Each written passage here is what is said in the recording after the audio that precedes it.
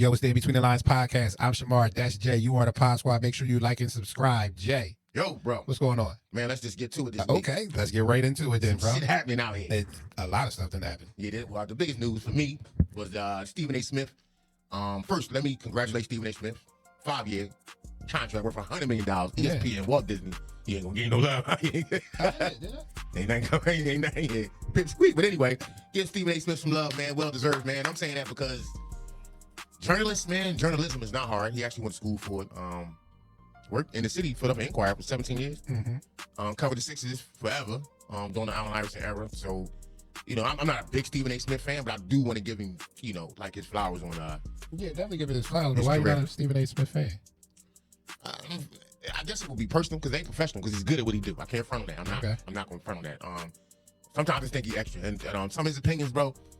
And it's only when it comes to football. You never played, you know, so he's really be hard. You know, when he's talking about football and discussing football with the former football players, he'd be really hard. And I got to say to myself, bro, you ain't never played day in your life. I don't like that argument. But I respect his journalism. Yeah, I don't like that argument. You're one of those guys, if you never played, you shouldn't be talking about it? No, not necessarily. Sometimes he overdo it. Okay. He do, most of the time, defer to all the former players like Shannon Sharp, you know, Chris Canty, my man Marcus Spears, Ryan Clark. Like, he defer a lot of time. Even Dan Orlovsky. Oh, I hate Dan Orlovsky. He's awful. Why you hate Dan Orlovsky? Dan Orlovsky give good insight. That's bullshit. Everybody can't be right all the time. Let me say this. I feel like you said A.J. Brown wasn't the top number one receiver. Yeah, I would just say A.J. Brown ain't better than C.D. Lamb. That was before C.D. Lamb was even drafted. But Dan Orlovsky, man, this ain't no real shot. I just feel like, it's bro, a shot. When people say it ain't no real shot, well, it's a goddamn shot. I'm gonna say this, Mr. Dan Orlovsky. And my man fucks with him too heavy. I can't fuck with him because he was a quarterback for like 14, 15 years. Yeah, so he's seen a lot. A backup, that's a problem. You seen a lot. Yeah. He didn't do nothing though. But you got all the answers now. That's what that rubbed me wrong a little bit. Like, nah, but see, here's where you gotta take that. You might not be talented enough to make it happen. Doesn't mean you don't understand what's happening. That's true, but you're very critical, my guy. That's what he's paid to do. And when you had a shot, you weren't very good. So, is Andy Reid some quarterback genius? He's never played quarterback. Well, no, but I mean, let's look at his track record with quarterbacks. There's a lot of success there. I know, but I'm saying whole lot of success there, right? Bro. So you wouldn't, just because he didn't play quarterback doesn't mean he don't know what's going on. But I give him guru status because he's giving the right information, and them guys get on the field, they perform. So Dan Orlovsky is more right than he is wrong. I just don't like, bro, when he be trying to write quarterbacks off. I'm saying to myself, bro, you was a backup for 14 years on 3 different teams. Well, that's the same as, I mean, but all those guys that do that are those guys. And I'm gonna tell you like this, Dan Orlovsky, I'm gonna call you out now. You better stop talking about my fuck quarterback, Dak Prescott, because he's better than your ass. I'm gonna say that. He probably is. Yeah, Dak is better than Dan Orlovsky. He probably would say he is. He could not take Dak Prescott's job. Dan Orlovsky, and I repeat, and I'm gonna quote, he could never take Dak Prescott's job. You are his probably prime correct. as quarterback. That doesn't mean he don't know. So how you like to say it? Pipe down, pitch squeak. Okay. Get out of here, man. So we digressed off of Stephen A. Okay. So back to Stephen A. and LeBron. Oh, you want to touch that? Yeah, that's big. Like, Stephen A. got his money. We gave him his shout out, his due, everything. Congratulations on all of that. Again, $100 million out. Yeah. NFL money right there, boy. Definitely. What is your take on a Stephen A. LeBron situation of LeBron James approaching him in game and sunning him or poking him, however you want to do it? Now, it's a great question, number one. And I'm glad you asked me. Okay. Because it goes back to what I've been saying. Uh-huh. I bust his ass. but I'm not saying I was on record. You are on record saying you could beat Bronny James. I don't know if it's true, but listen, it never happened. Hey, I'm healthy now. I'm ready to go right now. All right. But back to that, because I had to look at that from two perspectives. Mm-hmm. One as a parent, and one from Stephen A.'s perspective as being a sports journalist. He's getting paid to talk about performance, whether it's football, basketball, whatever sport they're covering for that topic, that segment on ESPN. So let me say this. First and foremost, let me say this to LeBron James first. Let me say this to him. I want to be clear. Look at the camera when you say it too. Yeah, LeBron, let me say this. First of all, I called you son out. You ain't saying nothing to me. I'm just saying. I ain't scared of you, my guy. But I'm saying I called you son out too. But no, seriously, LeBron, I'm gonna say it like this. I understand how you feel as a parent that we're going to sit here and discuss your son because he's a professional athlete now. But bro, like, that's what podcasters do. This is what sports journalism is. And honestly, you can't protect him. And here's the funny part. LeBron, you don't want to put him out there. So now you upset because we're critiquing this young man, whether it's wrong or whether it's right, about his performance on the basketball court. Now, all this really could have been avoided. And I'm going to say that because, personally, again, I'm going to say I don't think Bronny James is NBA ready. That ain't me taking a shot. I think he should be in the G League development, in my opinion, and allowing him to gain confidence. LeBron James is a different kind of athlete. He was anointed the fucking king. Obviously still in the middle or in the back nine of an amazing fucking career when it comes to durability. Damn near every accolade imaginable. But in saying that, LeBron, you the one really put your son in the situation. So for you to get upset at Stephen A. Smith, and I'm gonna go on record saying I never really heard Stephen A. Smith critique his son in a negative way, other than tell the truth and say he's not NBA ready. And that's what I'm saying. I don't know if I don't recall you really saying he NBA ready, but I do know you was in favor of the nepotism. Yeah, and this is where the nepotism bites you in the ass. Because again, at some point he got to get out there on his own. Dad ain't gonna be around forever. But you should let him experience that G League, feel that pressure, get his confidence up again, and learn how to play the game on the NBA level. These grown ass men, bro, who fighting for a spot. You're not fighting for a spot, young man. This shit been given to you. So LeBron, you can't get mad at Stephen A. Smith. He calling it like you said, and I haven't really never heard Stephen A. Smith, and I'm not gonna defend him, really have anything harsh to say about Bronny James thus far in the start of his career. Okay, so you side with Stephen A. as he didn't do nothing wrong. No, I don't think he did. Okay, yeah. And I'm with you, and I blamed LeBron James as well. Yeah, and I blame LeBron James for.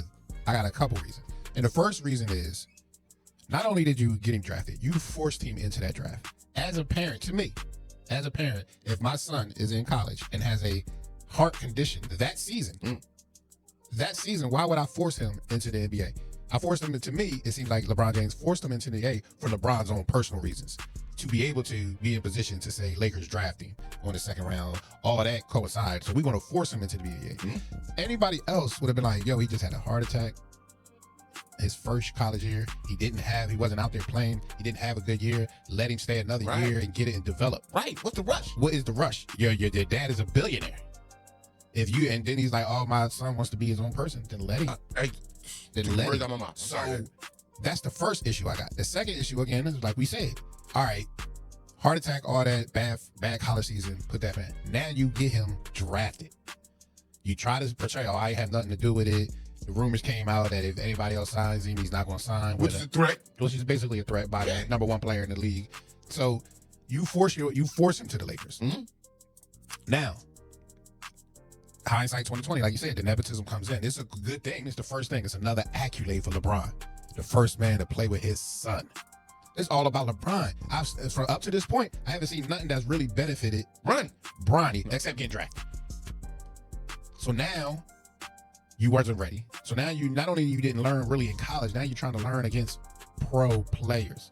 Like it ain't a oh, we playing this whack school that only got one player. We playing everybody who can ball. Yeah, this is not a pickup game. I mean, it's not a pickup game. This is not easy wins. Like you got to earn this.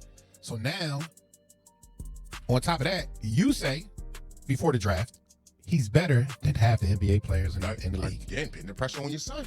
All the things are coming from LeBron. So now that he's in the league, you got him drafted. Everybody know you got him drafted. Clearly. Now he's not performing, and now people got to talk about it. Like they might let it ride. Oh, we know he's not good. Now we're past the All-Star break. We're in the end of the season. Playoffs is coming up shortly.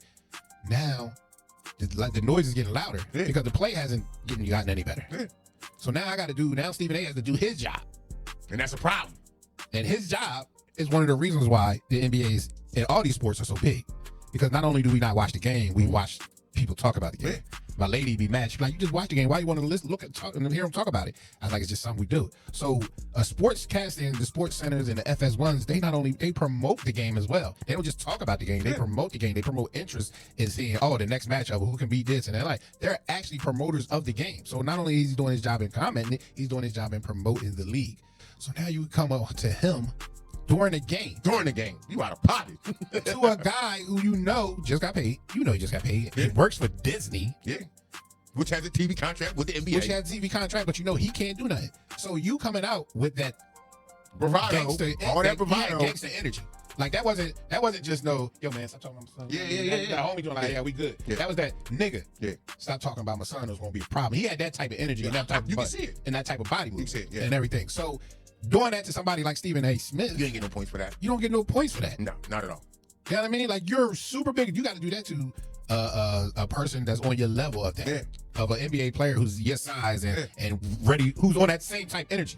That's when that really matters. And honestly, you caught him off guard. and you made it public. You meant to do that. That wasn't no, I seen him, I'm gonna say something. Because I don't feel You're like too smart for that. no, 20 years in the game, you too smart for that. freaky clean. Yeah. Amazing image. And the scapegoat, oh, that's his son. Come on, bro. Yeah, I can't. Come on, bro. Can't. Like, you wanted to make that interaction go viral. That was selfish, and you wanted that attention to take the attention. You wanted attention on that to maybe try to send a message to other people to you know, I mean, Well, that is the biggest sportscaster in sports, arguably. Mm-hmm. You know, and you try, and like I said, so it was just all the way wrong for LeBron. And I'm not saying people be telling me, oh, it's his son. No, it ain't got nothing to do with that. It ain't got nothing to do with that. Oh, if my daughter was in here cutting hair, fucking people's hair up, I can't be mad that people are saying she fucking people's hair up. Right. That's the world we live in. That's the world we live in. Yeah. Now, if you out there stepping outside those lines, That's something different. that's something different. Right. If you talking about her character just in general, oh, my daughter a hoe or something like that in the street that ain't true, then we got a problem. Right. But if she's messing up at her job and it's your job to talk about it, I can't get mad at Gotta that. call her I out. can feel that. I'm like, damn, I don't want that to happen to baby girl. Yeah. to baby girl. That's normal. But it's normal. Like, yo, this is the profession you chose to do. Exactly. If you don't want people talking about your haircut, you don't want people talking about your game, get better at it. And he know this. LeBron know he He been know this. since 18. So all the excuses that, oh, it's a father-son thing, no. It was a bad choice of judgment. Bad choice of judgment. Unprofessional. Unprofessional. Out of character for him. Out of character. And the biggest thing, you look like a bully, bro. Yes. Keep it a bean. You like a bully. And you look like entitled. You look entitled. Like, because it ain't going your way. And And how you planned it to be, you mad at it. Well, that word right there you just used. That word is fitting because everything that has happened and occurred throughout this whole LeBron and Bronny process is because Dad was entitled because of who he was and what he accomplished. So this is like you getting bit in the ass by your own shit. But you can't get mad, bro, because all this is self-inflicted. And you don't realize, even if that young man just want to play basketball, clearly it ain't for financial reasons, but it's for the love of the game, then let him play. Let him crash out. But don't put that added pressure on him. You should have let him, like I said. Remember, my original thought was, let Charlotte draft. Sixers. Sacramento. Because playing with your dad is more pressure. So that's the shit I foreseen. And again, we parents too. We can relate. We gonna get emotional. There's a lot of love there. Now you're taking a passionate sport and an emotional sport. Yeah, we're gonna get in our feelings because we want our kids to do well. But at the end of the day, bro, LeBron, I know you got access to Stephen A. Smith. You could have called him. Could have waited after the game. Pretty sure he gonna come in the locker room and do a report. There's so many other avenues, and because of what you have always shown, And because of who you are. and If you say I want to speak to Stephen A. Smith, That's you want to speak to easy. Stephen A. Smith. easy, but that go to commercial break to address that for you. That's how much power and influence he got. But in saying that, that's a text message or a phone call. So from a character standpoint, that might be actually one of the very few stains I've seen on your character thus far in your 22-year career. Which again, I applaud that shit.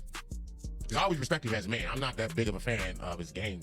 He's just a big dude. Yeah, he can dominate. But his professionalism and how he carry himself always gave him his accolades when it comes to that. Because he's a phenomenal father and a great man. And his professionalism is unwarranted. Yeah, agreed. So